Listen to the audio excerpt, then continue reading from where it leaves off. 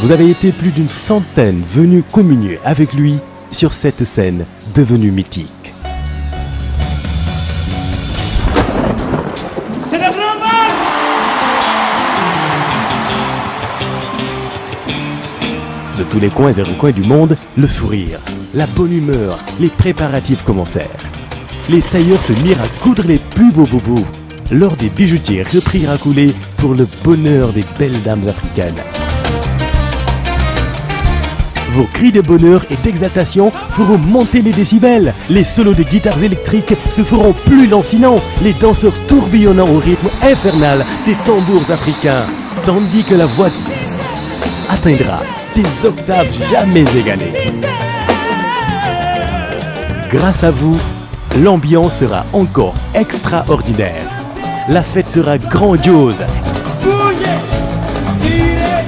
chantez, dansez. Vous, Youssou N'Dour, le Super Étoile et Bercy, c'est déjà 17 ans de bonheur partagé. Merci.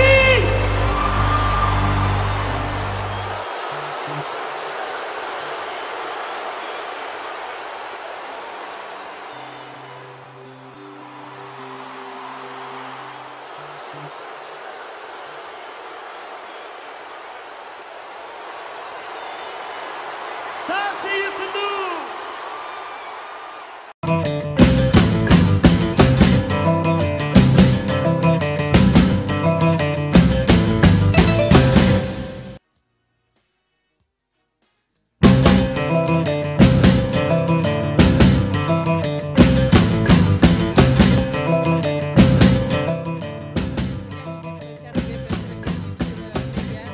digg bëccëg bi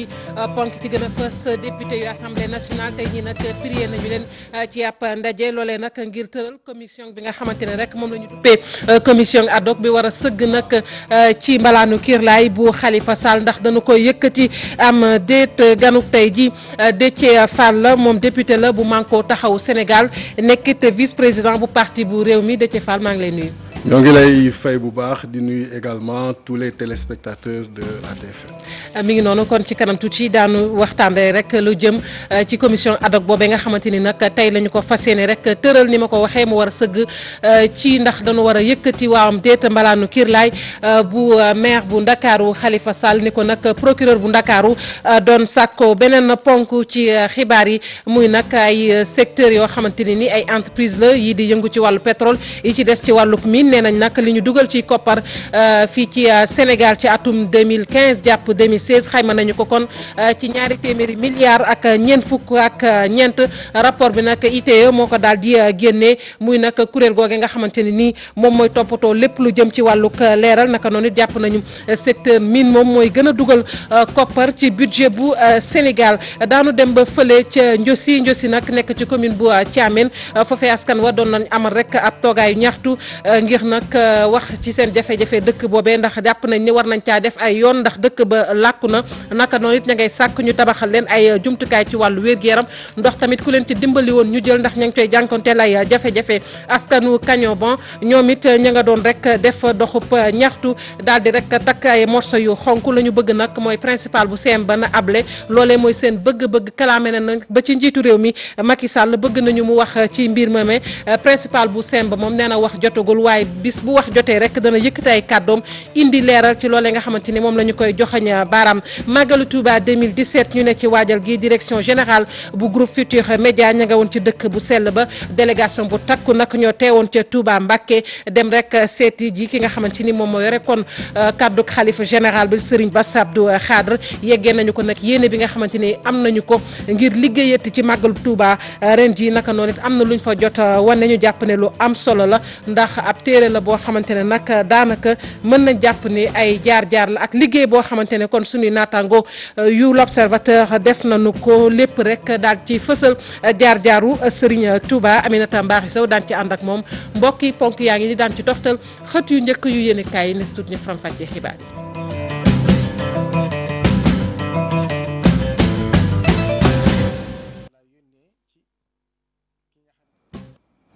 jaa ngeen jëf ci ànd beeg télévision Futurs Médias xibaar yi ñu tàmbali ko ak ni ñu ko waxee rek commission ad hoc bi nga xamante ne nag tey jii lañu ko fas yéene samp ngir mu sëgg rek ci mbalaanu kiirlaay bu maire bu Ndakaaru Khalifa Sall député bu PDS bi nag di Mame Diarra Fam moom nag ci gis-gisam mooy rek jàppale maire bu Ndakaaru Khalifa Sall Aïssatou Sow Diawara moom député socialiste la moom nag la mu gis rek mooy nañu bàyyi assemblée nationale mu def liggéeyam ci liggéey boobee sax moom la ñu ne ndax door nañu ko tey jii ni ma ko waxee Alassane Ba ci leeral. la ciy demee moom mi député socialiste bu fekkente mbiru Khalifa Sall lañ ciy wax déjà Aïssatou Sow Diawara dàq na député maire de la ville bu Ndakaaru biir parti socialiste. waaw moom socialiste la woon waaye ñun sunu charte ak sunu règlement intérieur charte bi ci alinéa 6 règlement intérieur ci article 7 nanguwuñu koo xam ne parti bi dafa jaar fii nga jaar fa ca des nanguwuñ ko kon ku ko def génnee nga sa bopp ci parti bi kon tey considéré wu ma ne bokkati na parti socialiste xëy na beneen façon socialiste waaye du parti socialiste bi ma bokk. ëllëgu maire bu Ndakaaru tënku ci jamono ji ci loxoy député yi ab comité ad hoc la ñu war a samp assemblée nationale statué ci mbiram. tey dinañu daje def taxawal comité ad hoc bi nga xam ne ñoo war a wax ci ay waxam donc tey ji dinañ daje def loolu. ñoo ko déggandoo Sénégal ñoo ko gisandoo ànd nañ ci combat wu principe ni man Khalifa Sall waxtu bi waru ko woon a fekk déjà prison waroon na ko fekk au moins ci biti mu siège à l'Assemblée nationale ba mu passé au moins ñu doog a xalaat ci l'immunité parlementaire am maa nit ku nekk ci kaso moom wax fu dëgg yàlla man gisuma lan moo ko waral. contradiction am déet ci lu jëm ci wàllu immunité parlementaire bu député maire Khalifa Sall Aïssatou Sow Diawara jàpp ne maire bi la ñu tëj. bon man duma juriste xam naa ne daal maire la ñu jàppoon tey ji nekk na député li ci des nag juriste yee ko xam man du sama compétence du sama domaine de compétence. maire ak député ñoo nekk ci prison bi maire ak député parce que dès que il est élu au suffrage universel rek maire la ndaxte wax fu dëgg yàlla comme man ni ma nekk député la comme man ni ma nekkee député moom noonu la nekkee député parce que bi ñuy def rappel du député yi woo nañ ko nekkum siège vide lañu woo saa yi ñuy def commission daañu ko woo donc député la li député yi di am yëpp am na ko donc député la incha allah lépp loo xamante ni mooy soutenir sama collègue bu député ba bu ëllëgee su ma dalee du ma jëlal boobu décision boobu laay jël. lu ëpp juróom-ñaari weer mu nekk ci kaso bi Khalifa Sall daanaka ay mbiram mu ngi gën di leer assemblée nationale war a statuer ci ay mbiram bu paree justice war ci àddu. Alassane Ba ñu di ko jaajëfal bu baax a baax waxoon nañ ko Déthié Fall la ñu dalal kon tey jii muy député bu Manko Taxawu Sénégal nekkit vice président bu parti bu réew mi Déthié ni ñu ko gisee muy commission bi nga xamante ne ni tey jii nag lañu ko fas yéene samp ci assemblée nationale mu war a sëgg nag ci mbalaanu kiirlaay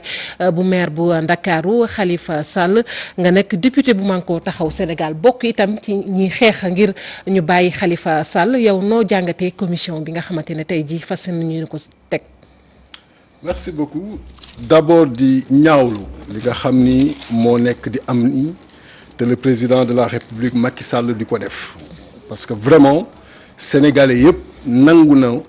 nanu que ni dafa nekk di jaay doole non seulement respecté wul sénégalais yi respecté wul sunu ay loi respecté wul dara et c'est ça mooy li nga xam ni mooy li désolant kii di Khalifa Ababacar Sall li nga xam ni moom lañ ci njëkk wax Sénégal yëpp xam ko mooy tey jii nii député la et député da ngay bénéficier d'une immunité parlementaire loolu article 51 bu règlement intérieur bu assemblée nationale moo ko wax ci alinéa 1 beneen mbir mi nga xam ni ci constitution bi la nekk ci article 61 alinéa 2 mooy député waroo ko poursuivre waroo ko arrêter ci exercice su fonction tey jii nag comme ni nga ko waxee ñoo ngi war ratifier commission ad hoc bi nga xam ni ñoo ko war entendre pour ñu xool nan la ñuy yow sa gis-gis noo gisee commission ad hoc bi jaadu na ñu teg ko am déet parce que yaa ngi wax léegi que ni jaay doole nga gis ci mbirum Khalifa Sall commission bi jaadu na. non xam nga d'abord li nga xam ni moom la ñu war njëkk leeral. mooy Khalifa Ababacar Sall ci waxtu bi may wax ak yow warul nekk prison loolu laa doon ñëw parce que dafa am immunité parlementaire bi nga xam ni moom la ko sénégalais yi jox moom la ko sunu ay texte jox xam nga balaa nga naan lever immunité parlementaire u diw day fekk diw boobu nekk ci biti mais mënul nekk ci prison déjà nga arrêté ko tenir compte de son immunité ñëw ni léegi nanu lever son immunité loolu mooy incohérence bi alors que ñoom boo dee xool même ci installation bi ñu évoqué affaire immunité Khalifa Ababacar Sall dañu ni fait yi dafa antérieur élection am comme député donc accepté lu ñu ko loolu keroog ñu ñëw envoyé une lettre bi nga xam ni procureur bi moo ko bind pour lever immunité am donc accepter que finalement immunité am et loolu conséquence bi mooy l'acte premier mooy sa libération avant ñuy wax leneen loolu mooy jaay doole bi ak def lu ma neex c'est-à-dire que président de la république Macky Sall. ñi ngi dégg sax ay avocat ñuy wax ñoom tamit ne commission boobu xam nga solo si mooy nañ ko auditionné maanaam déglu ko mais avocat am dégg na ñuy wax ni sax déglu mënta am ndax mi ngi ci kaso bi ñi ngi ko loolu commission bi maanaam dafa balaa muy def liggéeyam dafa fekk ñu génnee ko ba noppi. xam nga lii lépp lu ko indi rek.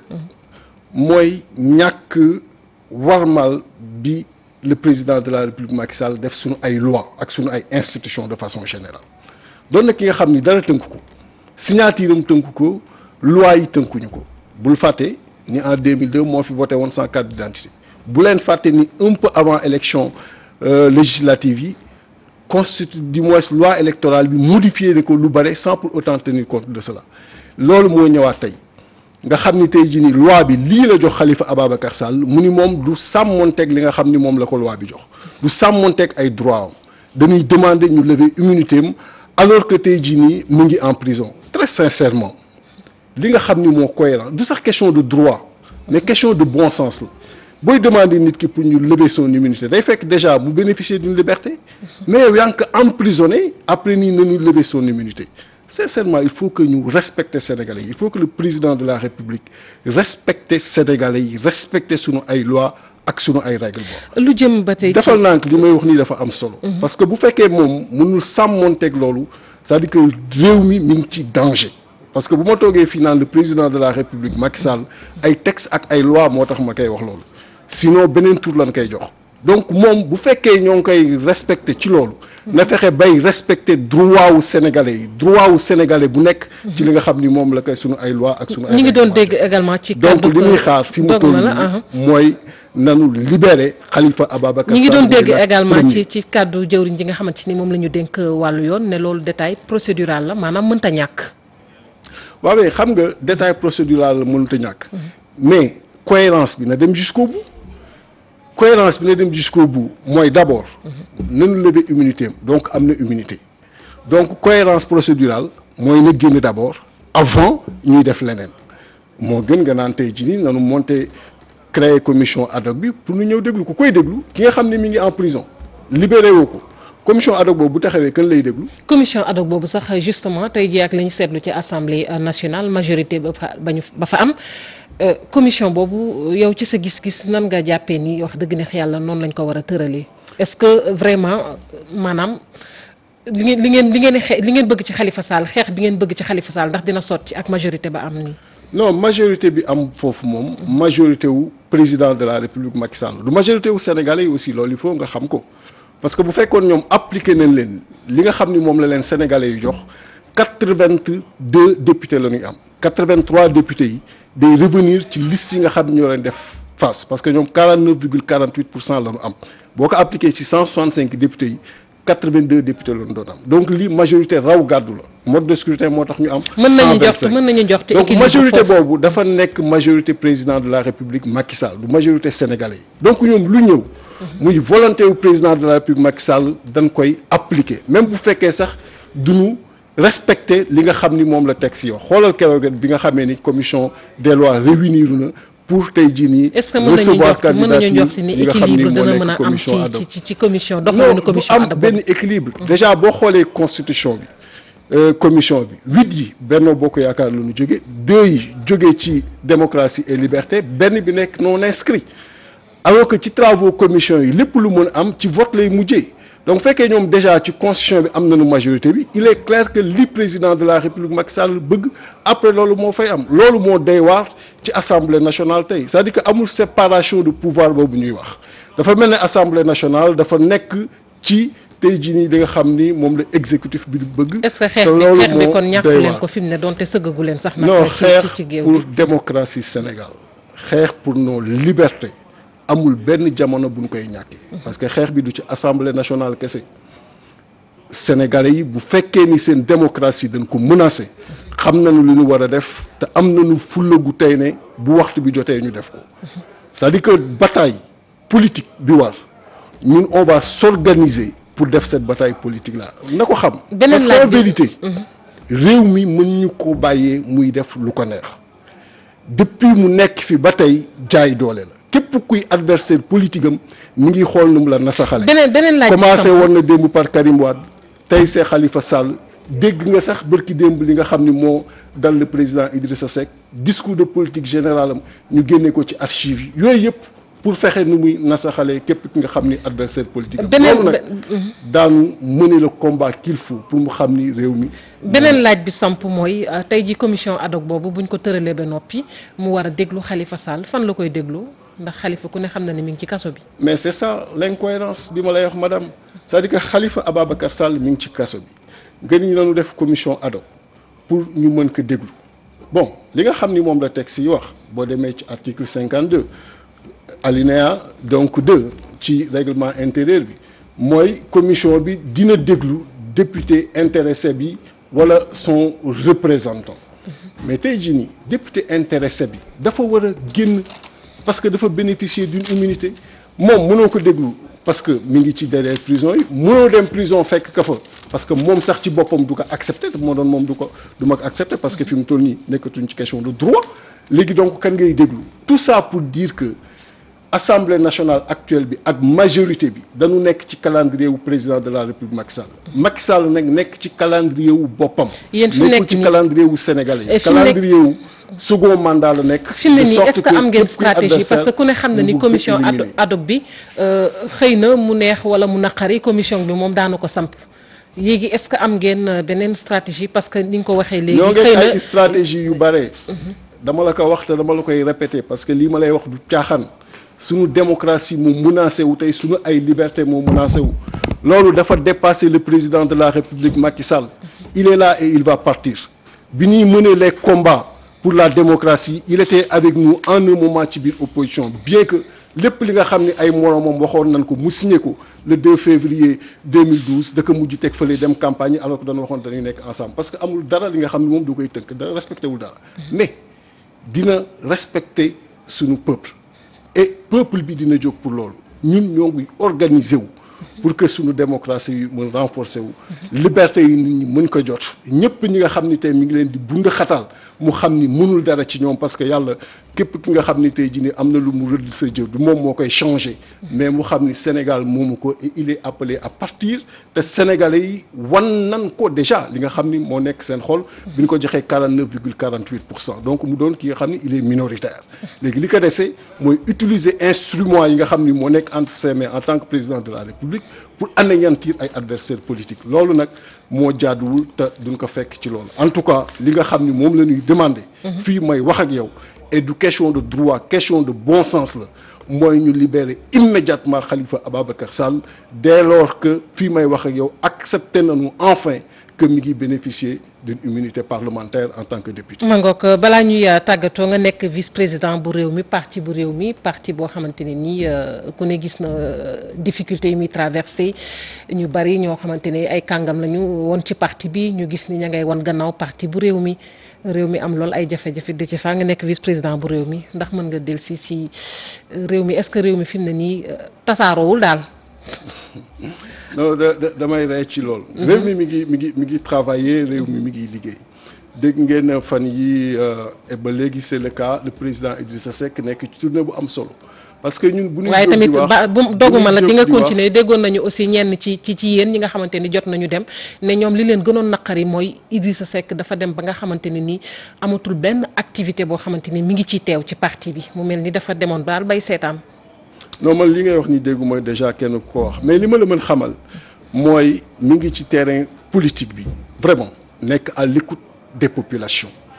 jamono ji may wax yow xam nga ni Sénégal tàng na trop mi ngi ci zone yi gën a tàng biir Sénégal nekk ci wetu population yi di leen déglu di recueillir seen point de vue di partager ak ñoom difficultés yi nga xam ni moom la ñuy traverser pour mën a travailler si benn programme alternatif bi nga xam ne dina mën jël en charge seen différentes préoccupations yooyu mooy enjeu yi nga xam ni heure boo déggee parti Rewmi ci yooyu nga leen di dégg sur les questions de démocratie sur les questions de liberté comme position bi nga xam ni moom la ñu jël concernant Khalifa Ababacar Sall. parce que ñun très sincèrement ay diw wax na lii diw wax na lële mun ñu réduire suñu engagement politique ci loolu pour le respect qu'on doit aux Sénégalais pour le respect qu'on doit à nos propres personnes pour le respect qu'on doit également à ce projet-là parce qu'on parle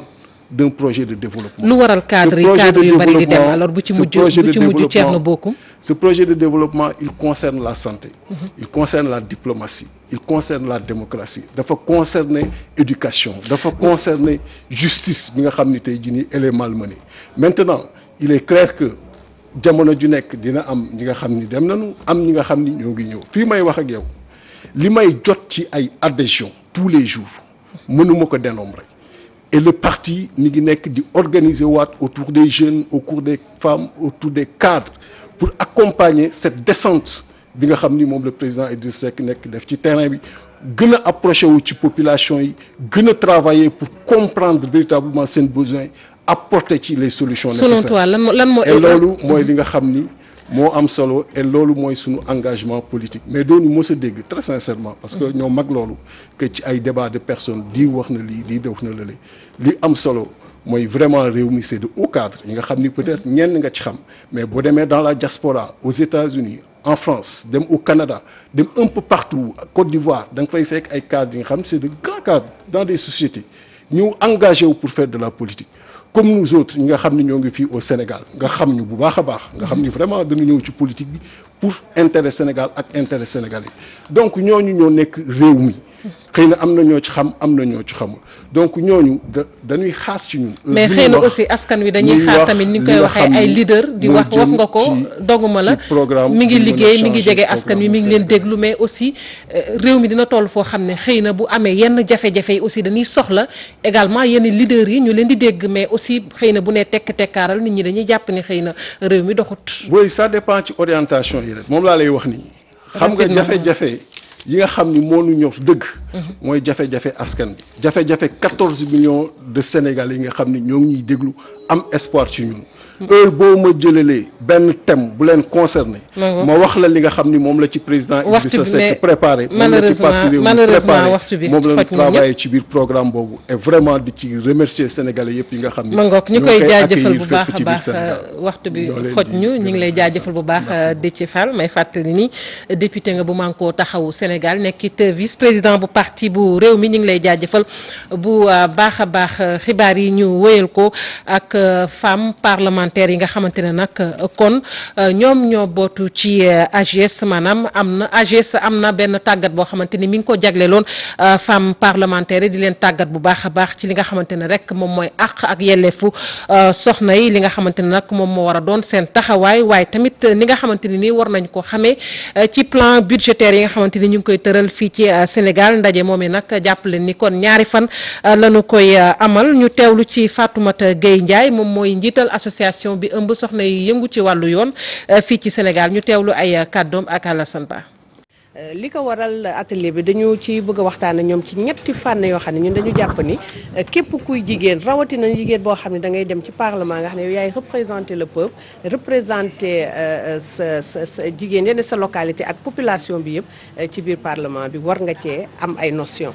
benn bi di dañuy waxtaan ak ñoom ci évolution droit des femmes dëgg la xam nañ ne sax xam nañ ci dara ndax ñu ci bari si ñoom ànd nañoo ak ñoom ci xeex bi ñuy xeex ci lépp luy promotion droit des femmes mais dañu bëgg tey rek tënkal leen ñu xam Sénégal fan la ñu toll ci mbiru ak yelleefu jigéen fuñ ci toll yan ak yi lañ ci am mooy lan lañ ci jot a am yan loi la ñu am yi nga xam ne dafay promouvoir jigéen yan contrainte la ñu am mooy lu des tam ci liggéey bi ndax am na solo ñu xam lu des ndax ñoom ñoo ne ci parlement bi loi bu war a ñëw ci ñoom lay jaar ngir ñu voté ko kon am na solo ñoom ñu xam fu ñu toll ak lu des ngir li des nag ñun ñu mën a waxtaan ñoom ñu mën cee jàpp bu ñu dem ba toog assemblée. niñ koy waxoon ci ponk xibaar yi yenn entreprise yi nga xamante ne nag ñoom ñooy yëngu ci wàllug pétrole ñi ci wàllu mine nee na nag li ñu dugal koppar ci Sénégal xayma nañu ko ci ñaari téeméeri milliards ak ñeent fukk ak ñeent loolu ci diggante 2015 la jàpp 2016 ITA nag moo daal di génne rek ab rapport leneen la mu xamle tamit mooy wàllug mine kon moom mooy gën a dugal koppar ci budget bu Sénégal ñu teewlu ci Alioune Badara Paye ci micro Cheikh Tidiane Dione. 2015 seetlu nañ ne rapport bi wane na ne contribution mu ngi tolloon ci 118 milliards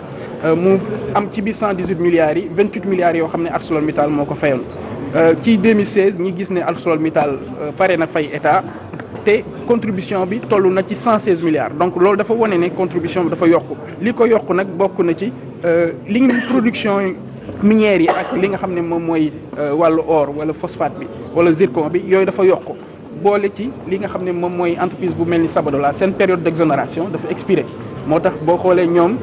2015 ñu ngi pay lu nga xam ne mu ngi toll ak 17 milliards 2016 ñu pay loo xam ne mu ngi toll ak 31 milliards. sànq mooy 116 milliards bi nga xam ne moom lañ dugal ci contribution ci 2016 118 milliards en 2015 17 entreprises yooyu loolu lañ dugal. ñu dem ba Linguère fa ñu naan Ndiosi nag nekk ca commune bu Thiamène Pass askan wa ña nga doon amal ab toogaayu ñaxtu di naqarlu nag jafe-jafe yooyu nga xamante ne nii moom la ñuy jànkonteel bokk na nag ci ñàkkum yoon ndax dëkk ba làkku na leneen lañ bëgg tamit mooy ñu dimbali leen ci tabax ay jumtukaay ci wàllu wér-gu-yaram wàllu ndox tamit ñu fexe ba ñu jotee ca Modou Mbaye ci leeral. askanu Ndiosi ñooy sàkku ñu defaral leen xàll wi jóge ci seen dëkk bi ba ci route nationale RN3 bi. toll ci benn kilomètre ak genn wàll. bi nga xam ne moo gën a difficile ji di ko dàq 1963 ba léegi muy diggante ñandul gi ak Ndiosi 1 kilomètre 400 ñu war ñu fee defal ab rang-rang ba ab goudron at mu jot ñu ne ma nga barab sàngam at mu jot ñu ne ba nga barab sàngam bañ ne Aly Ngouille folo na ñu ne kon ñun léegi suñu yëpp jag. ngir jële fi wasin ci biir kër jigéen ñi yewoo ci gox bi ñooy sàkku ñu tabaxal leen benn poste de santé. léegi nga gis jigéen nekk di war a accoucher ñu teg ko ci sare day dem ba ci yoon balaa ngaa egg ci la mu am doom ci yoon bi boo yeggee accouchement domicile rek la lay bindal te accouchement domicile lañ bëgg mu jeex tàkk ci dëkk bi xam nga ne suñ case de santé bi ku ko gis bu ñu la case de santé la rek ne déedéet case de santé bi pour mbaam yi la waaye du pour jigéen ñi. poste de santé la ñu bëgg ndax état attan na lépp te état yor lépp mu ngi ko koy sàkku ci moom mu may ñu poste de santé. leneen ci jafe-jafe waa Ndiosi mooy ñu wutal leen benn forage ak ay financement yu mën a jàppale projet jigéen ñi. suñu wàllu ndox mi maa ngi juróomi lettre yoo xam ne yi bu ci nekk dana leen defal forage la ñuy wax ca lettre yooyu. waaye ba fii ñu taxaw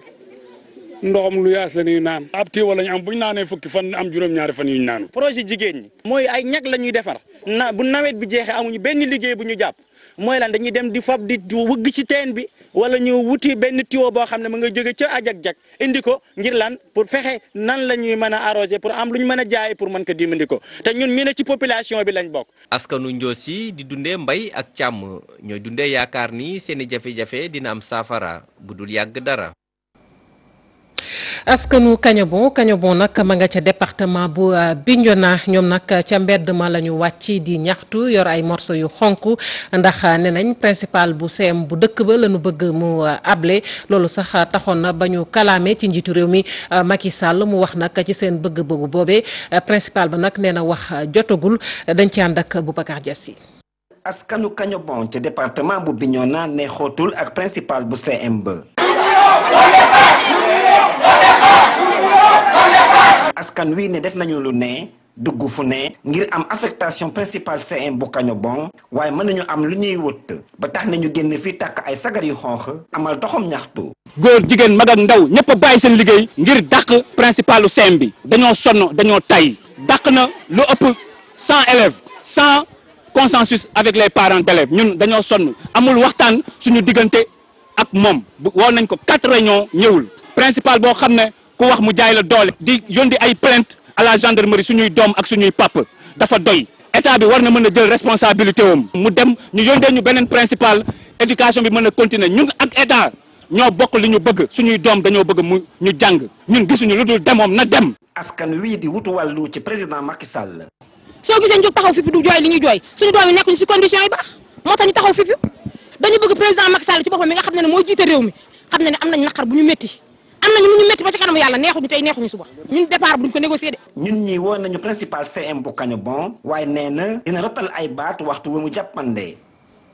gannaaw Kagnobon diwaanu Fatick ak Kaolack ñu wax ci wàllu mbay ma foofe mbayum dugub ma nee nañ nag ren ji mbay ma baax na lool ndax ñi nga xamante ni ñoom ñoo yëngu koon ci mbayum dugub ba ñoom ñoo ko xamle loole nag gannaaw ba nga xamante ne rek seen i partenaire jàppale nañ leen ci bu baax a baax jaarale ko ci ab projet Ibrahima Diamé. jamono ji nag jamono yo ngóob la dugub bi nag daanaka dindi nañ ko ba mu jeex tàkk li ci des moo di wàllu commercialisation wala transformation pour jàppale leen ci nag moo waral kuréel gi ñu duppee CRS dajale bépp acteur bu yëngu ci wàllu wi ci ay waxtaan muy producteur muy transformateur muy financier ñëpp ñëw nañ teewee atelier bi le donc lu ñu fi boole tey mooy ñu ngi jëm ci yàlla def na ne campagne ba alhamdulilah ci suñu yaakaar donc ñu ngi jëm ci période de commercialisation. alors balaa période boobu war nañu daje ñun ak acteurs yi yëpp di jéem a waxtaan naka la ñu mën a valoriser dugub bi nga xam ne moo war a jóge ci tool ya ñëpp ñi nga xam ne soxla nañu également dugub dañu yor seen entreprise naka la ñu war a def pour ñu mën a am dugub ndax seen entreprise mën a fonctionner. kuréel gi boot nag producteur yi yëngu ci wàllu dugub ci diwaan yi di Fatick Kaffrine ak Kaolack di xamal que ne dëgg la production ren jii dina mucc ayib ci wàllu quantité ak ci wàllu qualité moo waral kon ñuy jaajëfal bu baax a baax projet bi ci njàppal gi mu leen jàppal ci commercialisation. njëriñ bi ci jiitu mooy tey permettre nañu lëkkale ñu ak ay nit yoo xam ne ay transformatrices lañ di yëngu ci wàllu dugub ak ay usines yu nga xam ne dañuy yëngu ci wàllu transformation dugub ñu boole ñu ak ñoom pour que suba ñu mën leen jaay suñu dugub. ci anam yu mucc ayib ak itam mën leen jaay suñu dugub ci prix yoo xam ne vraiment prix yu xiwale la par rapport liñ daan am ci passé bi quoi. boo weesoo béykat yi nag am na ñuy sopparñi dugub bi ci ay xeetu produits alimentaires yu bëri ñoom xamle nañ ne projet bi de taxawu na leen taxawaay bu am solo. ñu ngi sant yàlla di xam ne buñ jugee fii dañuy xam ne USDA PSM ak CRS liggéey nañ liggéey bu rafet. parce que boole nañ acteurs yu nga xam ne muy producteur bi transformateur bi ak système financier bi ñooñu tey buñ facilité ba déggoo am avec lu baax li Aly Diagne wane léegi ci mil bu baax bi danañu permettre ñu am du bon mil te mënoo liggéey transformation te amoo du bon mil. atelier bi nag ay organisation yu bëri yu yëngu ci wàllu dugub transformation ak ci wàllu financement ñëw nañu teewee si ko tax na nag ñu am lu gën a leer ci seen bopp ci ñi projet bi di doxee ak coopération bi mu leen lalal. gannaaw mbayum dugub mi ñu wax leneen ci biir xibaar yi mat na ñeenti at gannaaw bu ñu leen fàttee ca Kidal nekk ca bëj gànnaaru Mali muy ñaari taskatu xibaar yu RFI yooye doon wuyoo ci turu Christine Dupont ak kañu naan Claude Verlou ni ñu ko waxee mat na ñeenti at anam ñu leen fàtte nag ba nëga ni leerul seen i jegeñaale ak seen i mbokk ñu ngi woon fii ci Ndakaaru doon fàttaliku nag bis bu tiis boobee démb la woon ci kër gi di Sesti Cheikh Hassana Fall. ñoom ñëpp doon ay taskatu xibaar lenn moo leen boole bëggeel gi ñu am ci média ak information yile professionnel ñëw ti delloo njukkal Ghislaine Dupont ak Claude Verlon seen ñaari confrères yu ñu boomoon fële ci Kidal ci Normali boobaak léegi def na ñeenti at. mën naa ne tiis la boobu ba tey ndax ba nëgëni nag mënumaa def rek dëjëm am na ñeenti at bi mu faatoog léegi muy sans papa ma samp nag ab laaj ndax ba nëgëni xaw ma anam bi nga xamante ne rek moom la ñu leen faatee. rafale de 7 balles dans le dos. Ghislaine dafa nekkoon nit ku dëgër bopp bu tàmbale woon liggéey ci benn mbir daf ci daan dem ba jeex tàkk. Quand elle faisait une enquête, elle ne lâcherait pas. ñaari liggéeykat lañ yoo xamante ne nii wax dëgg neex yàlla seen liggéey rafetlu woon nañu ko lool fii ci Afrique moo tax tey nag ñu daal di rek def ab téere boo xamante ne nii nag ñu ngi leen ciy fàttaliku ñu bari nag di seere ci ñoom. pour les familles. ñi jege ñaari victimes yi la di métti lu leen mooy yéex yi am ci dossier judiciaire bi. si vous voulez la justice avance. justice bi ni muy doxee dafay yéex trop ci ñaari dëkk yépp muy France wala muy Mali. en l'occurrence française et malienne. enquête bi nag mi ngi wéy ba tey donte nag xaw naa yéex tuuti waaye am nañu yaakaar ni bis dina mës a ñëw rek ñu xam nag fan la dëgg féete. on est un jour toute la vérité. ñaari fan ci weeru novembre 2013 Ghislaine Dupont ak Claude Verlon doon ay journaliste RFI nekkoon mission fële ca Mali ñu boom leen ci Kidal ay rey yoo xam ne nekkoon na lu metti àdduna bi yëpp dem ba mbootaay xeet yi décrété 2 novembre bés bu ñuy xeex lépp loo xam ne naqaral la ñu teg ko ci kaw taskatu xibaar yi. Màggalu Touba 2017 ñu ne ci waajkaay gi direction générale bu groupe Futur Média demoon ca dëkk bu sell ba yebal fa nag délégation bu takku Serigne Bass Abdou Khadre dalal na leen yeggee nañu ko seen yéene muy fexe nag ba gën a liggéeyati ci màggal gi naka noonu it am na loo xamante ne fësal nañu ko fa muy nag liggéey boo xamante ne kon groupe bi jot na ko def liggéey boobu rek dellu ci jaar-jaaru ki sos yoonu murit Aminata Mbaxe Sow. ab ngan lañu amal fii ci dëkk wu sell wi délégation bi di waa groupe Futur Média ñëw fii ci Touba ngir waajtaayu màggal gi le dañuy ñëw ngir feddali kóllëre ñëw indi suñu micro suñu xalima ak suñuy caméra tegaat ko fuñ ko doon teg ko ci liggéeyal diine gi ci liggéeyal Serigne Touba di rafetlu Serigne bi nit ñu mës a tërale ñun groupe Futur Média dañu yaatal bu baax a baax fii ci Touba. délégation boobu nag directeur général Mamoudou Ibra Kane jiite ko Serigne Cheikh Bass Abdou Khadre moo leen dalal Serigne bi di rafetlu loolu liggéey bi groupe bi di def. ñu ngi leen di sant di leen gërëm di leen ñaanal ci yàlla ci barke Serigne Touba bis bi nga xam ne Serigne Touba daaloo noonu lu ci waay jëf yàlla suñu borom moo la ko fayal boppam te yéen a ngi ci def seen yéene di ci def seen kattan di ci def seen alal di ci def seen doole di ci def seen xam-xam def ci seen yéene yàlla suñu borom fayal leen ko boppam ci barke Serigne Touba. ci màggal gi ñuy waajal nag groupe bi jël na matuwaayam yépp ngir def ni mu ko doon defee wala sax lu ko wees ci noone daal di nañu sax muul benn téere jagleel ko jaar-jaaru Cheikh Ahmadou Bamba. ren ñu ñëw di la wax ne RFM Mbacké bi nga xamante ni rajo bi fii lañ ko def fii ci Mbacké yàlla may ñu kattan ba ñu yeesalaat jumtukaay yépp directeuru RFM Mbacké mi ngi fii toog Mouhamed Jo Diop yàlla def itam ci wàllu journal bi Serigne Djili wax na ko léegi ñu génnee journal bi mooy magazine spécial jagleel ko Serigne Touba màggal gi di nga gis sax nataal bi nga xamante ni Serigne Sidi Makhtar Mbacké xalif général kullu murid moom moo ci nekk. Serigne Cheikh Bass Abdou Khadre rafetlu loolu taxawaayu groupe bi waaye tamit taxawaayu njiitu groupe bi lee di Youssou Ndour. waxtu wu nekk wax naa ko Youssou Ndour ba mu fi mujj ànd ak Sëñ Abdourahmane Mbacké ma ne ko li nga jàpp ci man xam naa ko waaye li ma gën a tëyee mooy Masaalikul Jinaan julli ngeen fay def yaa ko jëkk def dara te sa télévision te kenn laaju na ko loolu lépp day wane ak bëggam Sëñ Tuubaa ak fonkam yoon te du ca fayu dara lépp doo ko def addiya lépp loo xam ne lu ñu yittewoo bu ko yëgee itam du ca laaj dara da koy def addiya loolu kon ministre ko soxla ñu seere ko kon ñu ngi koy sant di ko gërëm di leen sant yéen ñi nga xam ne itam moom lim man mooy jël alalam joxe waaye bu liggéey bi accès fii yéen yéen. bu weesoo téere yooyu ñu muul am na tamit yeneeni xéewal yu ñu indi ci dëkk wu sell wile lii lépp nag di taxawaayu groupe Futur Média loole lépp nag di wane taxawaayu groupe Futur Média ci bés wu sell wi di bés Cheikh Ahmadou Bamba. cant ak ngërëm ñeen la Aminata Mbaxe Sow ñu ànd yër xët yu njëkk yu yéenikaay ak Mamadou Mohamed Ndiaye.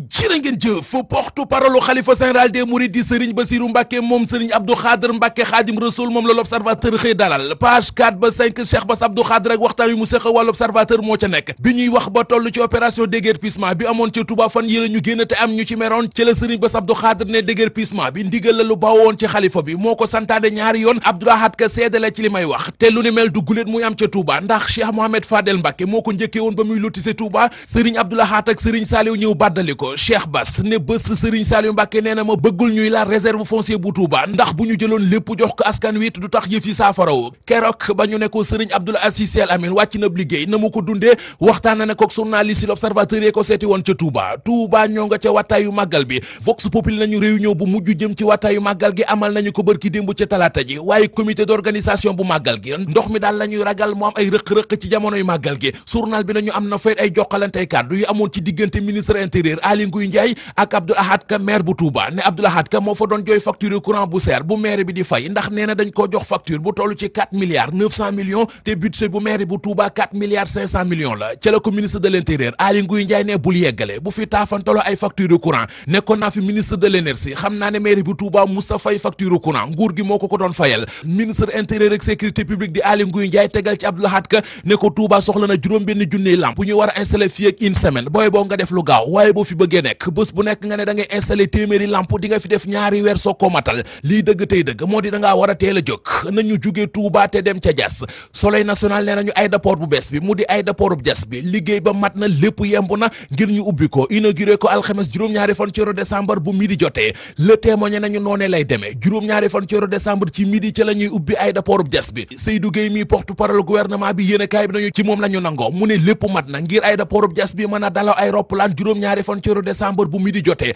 bu ñu ca yeggeet ca la basculement bi di am ci diggante aéroport Léopold Sédar Senghor bi ñuy jugee ak aéroport Blaise Diagne ba ñuy dem ci ëllëg sa di àjjuma yem ak juróom-ñetti fan ci weeru décembre aéroport Léopold Sédar Senghor bi ca lay doone aéroport militaire dañu koy jël jox ko soldat si réew mi quotidien nañu aéroport Léopold Sédar Senghor duñu ko rayee ci réew mi bu ñu tuxoo ci aéroport Blaise Diagne dañuy jël aéroport Ndakaaru bi jox ko l'armée bi Sud Quotidien nañu talaata ji ñu weesu premier ministre bu Sénégal di Mahammed Ibn Abdallah Dionne jiite woon na benn conseil interministériel boo xam ne dafa jëmoon ci réglage yu mujj ngir inauguration aéroport bi ñu woowoon ca mbooleem ñi séq liggéeyu aéroport Blaise Diagne bi waxtaan ak ñoom ngir ñu fexe ba bu ñu yeggee ci datub juróom-ñaari fan ci weeru décembre fekk lépp noppi Le Quotidien nañu ñoo ngay sooxaale ci aéroport Blaise Diagne loo xam ne bu ñu moytuwul danañu ubbi aéroport ba juróom-ñaari fan ci weeru décembre inauguré ko yóbbu fay roppalaan ba noppi te duñu am kérosène bu ñu leen jox ndax entreprise bi war a defar cuve yi ñu war a def kérosène bi nee na cuve yëpp du mën a pare fii ak booba ndax ci ñetti cuve yi ñuy def kérosène yi daf ci am cuve boo xam ne fa ñu ko def buñ ca defee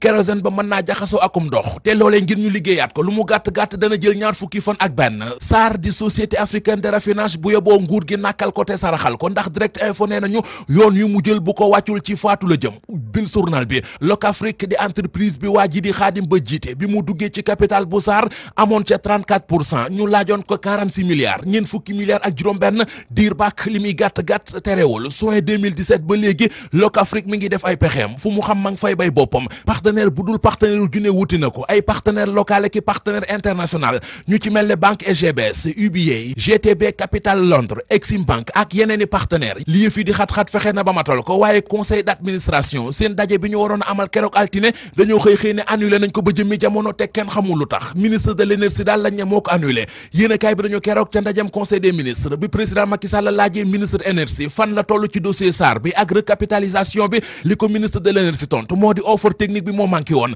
président ne ko impossible nees mën a dajale ñeen fukki milliards ak juróom benn te amul offre technique yéen kaay bi dañu leneen li jaaxal ñu bari ci société africaine de raffinage mu di SAR moo di am na fa fukki milliards ak juróom yoo xam ne dafa jekk-jekk ne mes ne menteng kenn xamul fu mu jaar société africaine de raffinage di SAR direct info tegal ñu ci ne li tax munta dox moo di ña fa nekk ñoo bëggul avancement ne kër gu mel ne SAR di def chiffre d'affaires bu toll ci 400 milliards te munta am bénéfice bu weesu juróom-ñaari millions juróom-ñaari place Sénégal gagné ne ko ci classement bu Doing Business bi Sud Quotidien Le Quotidien Vox Populi Walfadjri ak La Sénégal ñoom ñëpp a xëy xibaar bi Rewmi Quotidien nañu rapport bu Doing Business bi Sénégal ma nga ca top 5 ya page 9 bu l'Observateur lu yéeme moo fa nekk réseau international bu yëngu ci yëfi saay-saay journal bi nañu moom la ñu feeñal ni ñuy def mooy dañuy jël ay mannequin yu jigéen ak i serveuse def leen yaramu neen di leen filmer dem di leen jaay ñi dëkk ci réewi arab yi te am xaalis ñi doon def loolee ka jiite yëf ya yéenekaay bi nañu benn patron de société la ñu naan ko Medoune Gueye tollu ci ñeent fukki at ci xale yu jigéen ñi ñu doon def yaramu neen di leen filmer di leen jaay am na ci fukk yoo xam ne xàmmee nañu leen. ñu jaajëfal ko baax Mamadou Mohamed Ndiaye yéen sant nañu leen gërëm leen yéen ñi fare woon ci machine bi ak ñu jàpp ci xibaar yi ba mu sotti rédaction bi dig na leen daje ci yeneen jotaay xibaar ñu leen di ñaanal kenn dalu jàmm te di ko sàkku ci yéen.